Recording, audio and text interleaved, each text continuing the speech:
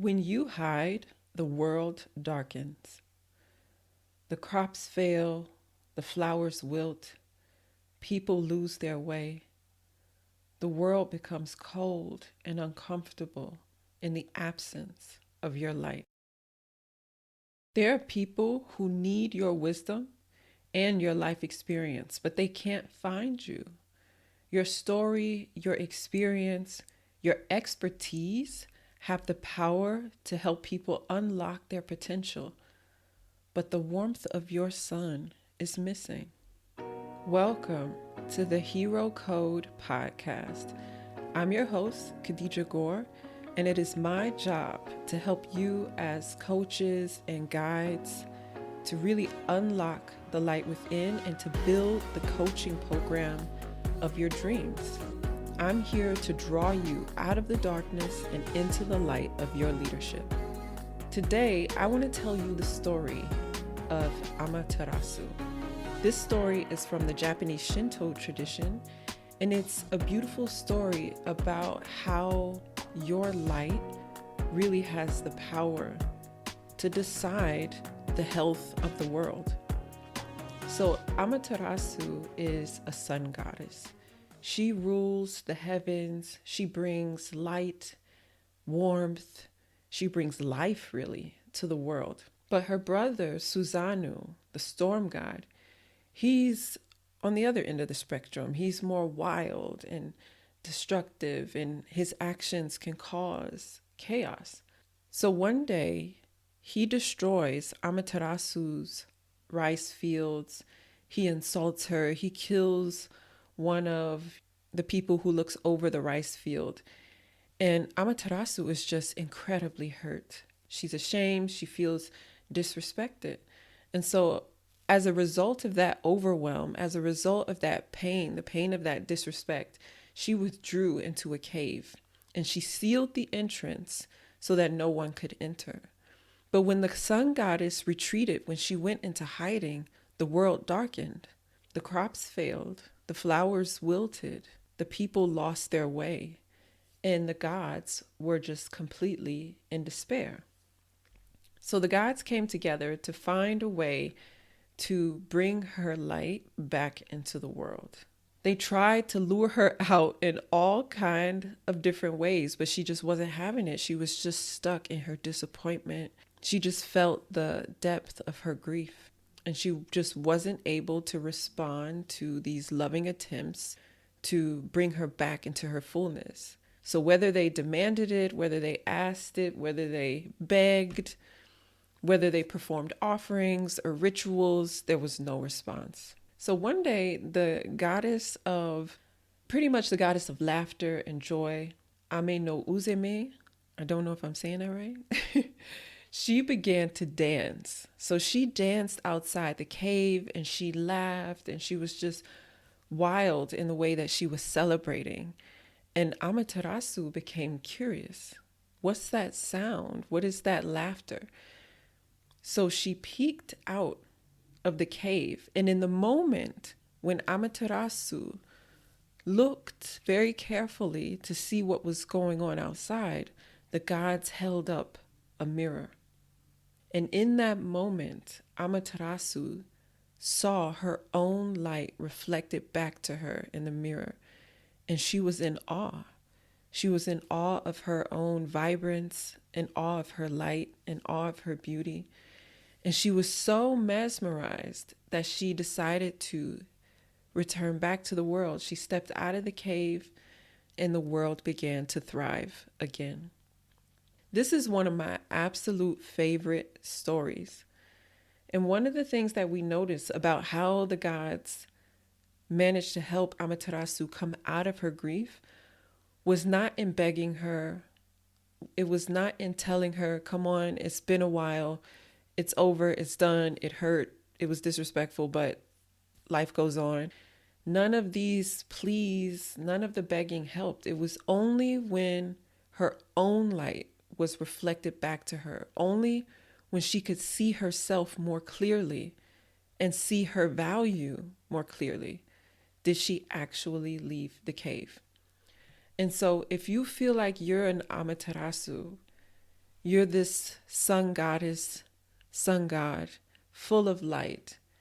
Let me be that mirror that reflects back your beauty. And I encourage you to see how you shine and to recognize your value so that you can come out of the cave and bring our world back into the light. Because whether you realize it or not, if you've chosen to go the path of leadership, of coaching, of guidance, then you feel a call on your heart to support people and help them to thrive. And we need more of that. And that is what feeds the world. It's natural for us to want to withdraw from the world when we feel dishonored, when we feel unseen, when we feel disrespected. And you can even see through social media, there's a trend right now of people really recognizing just how difficult or hurtful their past experiences have been. And sometimes when we are trying to deal with how to move out of that, we can retreat within or literally physically retreat into our homes, into our rooms, into spaces where we feel safe, but we're also isolated and we're alone. And let me tell you, when you're alone and isolated without community, that's when those negative thoughts really have the power to reach you and to create illusions of separation, illusions of not being loved, not being liked, far more easily than if you allowed yourself to enjoy the quietness of solitude while also enjoying the richness of community.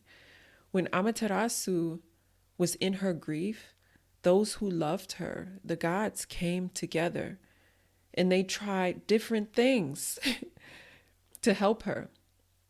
And this reminds me of a parent who came to me for coaching. And she was feeling quite sad because, it took her a while to find the solution to help her child. But that is what it is sometimes, right? When the people we love are suffering, we don't always automatically have some kind of solution to offer. We must see and feel what it is they need. And so when we're suffering, it's okay to feel that grief, but it's so incredibly important that we allow ourselves to enjoy community. Because what astrology teaches us, for example, with the sign of Libra, is that other people have the power to reflect back to us the light that we may struggle to see in ourselves.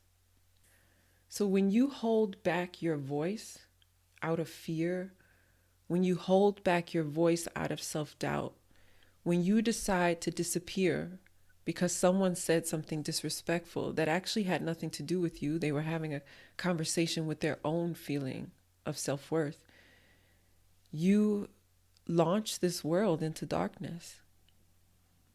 And we feel that you're missing. We feel that you're gone. We feel the coldness that your absence creates.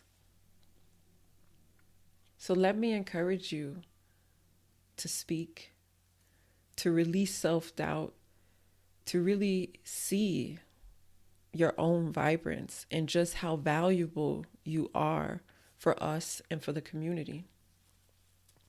Ame no Uzeme's dance of joy, of laughter, play.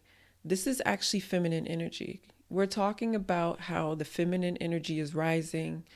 It's not just the masculine, but honestly, we need both. We need the masculine and we need the feminine. And her dance and her joy, her embodiment of this wild energy, that is also feminine energy. So as a coach, as a guide, as a leader, it's not just about moving forward on your goals. It's not just about achieving. It's not just about reaching people. It's also about the joy. It's also about the laughter. When you're out talking to your audience, it's not just about communicating a message. It's also about communicating an emotion of feeling held and feeling like this too shall pass. The mirror is all about self-recognition. It's all about the power of allowing yourself to come back to yourself. And as you see and know yourself, you can free yourself. This reminds me of the quote on the Oracle of Delphi: know thyself, and you will know the gods and the universe. Because you come from the same energy as the universe. And this isn't something spiritual. This is not just something spiritual. Plato also wrote about this in his work Timaeus. He spoke about how each of us is a part of the world soul. Each of us is a piece that makes up a whole. And in this story of Amaterasu, we see the importance of seeing your own light, but we also see how community, how caring for each other can help us to recognize that light more easily. So before I let you go, before I let you continue to shine, I just want to give you 3 ideas that helped me when I was feeling like I needed to hide, like I needed to pull back. In the times when I was afraid to share what it was that I considered to be my truth. In the times when I was hiding, there were different things that I learned. And one is that grief is not an enemy. And it's incredibly important that we allow ourselves time to grieve, whether it's the end of a relationship, the end of a phase of our lives, it's the end of an idea that we wanted to bring out into the world, or we noticed it didn't quite suit us. It's okay to grieve. As long as we don't allow ourselves to get stuck in this energy, to get caught in the quagmire or in the quicksand. And this also reminds me of a story, one of my clients who came for one of her sessions, and you could tell she's just not able to take in anything. She was just so overwhelmed with the fact that one of her projects was coming to an end. And in that moment, I just encouraged her to grieve, to allow herself to feel how letting that go impacts her emotionally. Because when we repress our emotions, feeling like we shouldn't be sad or it's not that big of a deal, then it really just creates disorder within. So give yourself a couple days, allow yourself to grieve, but make sure, this is what I learned, that we allow ourselves to come out of that energy and to continue to move forward and to see how endings always bless us with new beginnings. The second would be the power of joy, the power of celebration, even in the moments where it might not feel so good. Joy and celebration can, pull people out of the woodwork, can help us create a new community. So allow yourself to enjoy the people around you. Tell that person that you love them. Tell that person that you care for them, because this energy is the energy that brings light back into the world. The last thing I would like to share is anytime you walk into a room, shoulders back and chin up. I want posture and I want poise. That's one of the things that helps me get clients, actually, is just the way that I show up when I'm in rooms. That's what they tell me, at least, giving off this energy of being at peace with yourself, at knowing who you are and loving every bit of it, even if it's a mess. And that's just one of the things that I've tried to give to myself is grace. Free of judgment and going more into curiosity and into grace. So allow yourself, when you enter rooms, to be graceful. And one of the ways that I learned that was by genuinely standing in the mirror and saying to myself, I love you. I care for you. I think you're amazing. You don't need to do everything right for me. I'm here unconditionally. Like, I love you unconditionally. So when I'm doing energetic work, I'm always using windows or mirrors. I use windows when I'm manifesting, when I'm sending positive energy out into the world for me. So every morning I read a soul activation text that affirms my vision for my life and my vision for this world. And when I'm sending love to myself, I often, or validation, then I often use mirrors. So just practice this for me. The next time you walk into a room full of people, I want you to roll your shoulders back and lift up your chin and really give yourself permission to take on that posture of majesty. Understanding that you are that sun god, that sun goddess, and the world needs your light. You are not only allowed to be seen, you are needed. And so have no fear, and please choose to shine. So my question to you is, if you chose to dance and to shine as if no one were looking, what would you do? Tell me in the comments below, please. What would you do? What would you be doing right now if you were less concerned about who was looking? Thank you for listening. Just remember, the world needs your light to thrive. We are all parts of a whole, and when one of us is missing, then we are all incomplete. It's a joy to speak to you. I would love to hear more about what you think and what you need. So please remember to like, please remember to subscribe, and let's create a loving community here. And if there's someone who you feel needs these messages or would benefit from this type of reflection, then please pass on the podcast to them. Help me grow this channel. Sending you so much love, so much light, and so much appreciation.